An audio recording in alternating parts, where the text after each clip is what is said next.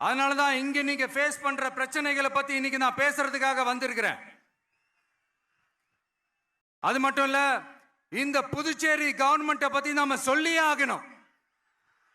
இது டெஃபினட்டா தமிழ்நாட்டில் இருக்கிற மாதிரி நம்ம திமுக கவர்மெண்ட் மாதிரி கிடையவே கிடையாது. ஏன்னா வேற ஒரு அரசியல் கட்சி நடத்துற நிகழ்ச்சியாகவே இருந்தாலும் அந்த நிகழ்ச்சிக்கு தன்னெழுச்சியா வர நம்ம மக்களுக்கு பாதுகாப்பு கொடுத்து பாரபட்சமே காட்டாம இந்த கவர்மெண்ட் நடந்துகிட்டு இருக்கிறாங்க. அப்படிப்பட்ட இந்த புதுச்சேரி கவர்மெண்ட்டுக்கும் நம்ம புதுச்சேரி சிஎம் சார் அவர்களுக்கும்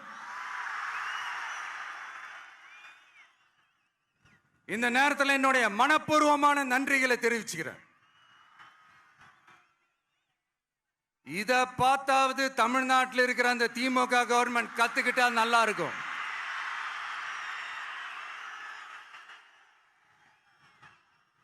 ஆனா அவங்க கத்துக்க மாட்டாங்க. பரவாயில்ல, வரப்போற எலெக்ஷன்ல 100% கத்துக்குவாங்க.